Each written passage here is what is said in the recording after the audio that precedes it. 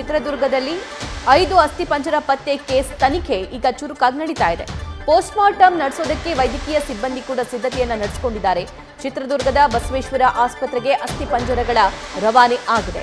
Post mortem ಮೂಲಕ ಸತ್ಯಾಂಶ ಬಯಲು ಆಗುವಂತಹ ಸಾಧ್ಯತೆ ಇದೆ.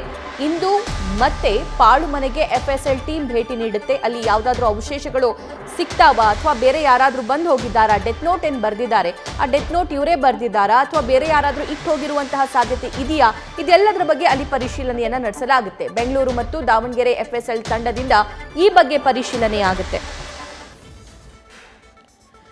2019ರಲ್ಲಿ ಬರೆದಿರುವಂತಹ ಡೆತ್ ನೋಟ್ ಅನ್ನ ಸದ್ಯಕ್ಕೆ ಪೊಲೀಸರು ವಶಕ್ಕೆ ಪಡೆದಿದ್ದಾರೆ. ಸೊ ಅದನ್ನ ವಶ ಪಡೆದ ನಂತರ ಈ ಡೆತ್ ನೋಟ್ ಅನ್ನ ಈ 5 ಅದರಲ್ಲಿ ಯಾರಾದರೂ ಒಬ್ರು ಬರೆದಿದ್ದಾರಾ ಅಥವಾ ಬೇರೆ ಯಾರಾದರೂ ಆ ಡೆತ್ ನೋಟ್ ಅನ್ನ ಅವರ ಮನೆಯಲ್ಲಿ ಇರಿಸಿ ಹೋಗಿರೋದಾ, ಇದು ಆತ್ಮಹತ್ಯೆಯೋ ಅಥವಾ ಕೊಲೆಯೋ ಅನ್ನೋದಕ್ಕೆ ಸಂಬಂಧಪಟ್ಟಂತೆ ಪೋಸ್ಟ್ ಮಾರ್ಟಮ್ ಅನ್ನು ಕೂಡ ಇವತ್ತು ಪೊಲೀಸ್ ಅಧಿಕಾರಿಗಳು ನಡೆಸುವಂತಹ ಸಾಧ್ಯತೆ ಇದೆ. ಪೋಸ್ಟ್ ಮಾರ್ಟಮ್ ನಡೆಸೋದಕ್ಕೆ ವೈದ್ಯಕೀಯ ಸಿಬ್ಬಂದಿ ಕೂಡ ಈಗ ಬೇರೆ ಬೇರೆ ಸಿದ್ಧತೆಗಳನ್ನ ಮಾಡಿಕೊಂಡಿದ್ದಾರೆ. ಚಿತ್ರದುರ್ಗದ ಬಸವೇಶ್ವರ ಆಸ್ಪತ್ರೆಗೆ ಅಸ್ಥಿಪಂಜರಗಳ ರವಾನೆಯನ್ನ ಮಾಡಲಾಗಿದೆ. ಪೋಸ್ಟ್ ಮಾರ್ಟಮ್ ಮೂಲಕ ಇದರ ಸತ್ಯಾಂಶ ಬಯಲಾಗುವಂತಹ ಸಾಧ್ಯತೆ ಇರುತ್ತೆ. ಇಂದು ಮತ್ತೆ ಪಾಳು ಮನೆಗೆ ಎಫ್ಎಸ್ಎಲ್ ಟೀಮ್ ಭೇಟಿ ನೀಡಲಿದೆ. ದಾವಣಗೆರೆ ಮತ್ತು ಬೆಂಗಳೂರಿನ ಎಫ್ಎಸ್ಎಲ್ ಅಧಿಕಾರಿಗಳ ತಂಡ ಆ ಪಾಳು ಮನೆಗೆ ಭೇಟಿ ನೀಡುತ್ತೆ. ಅಲ್ಲಿ ಪರಿಶೀಲನೆಯನ್ನ ನಡೆಸಲಿದೆ.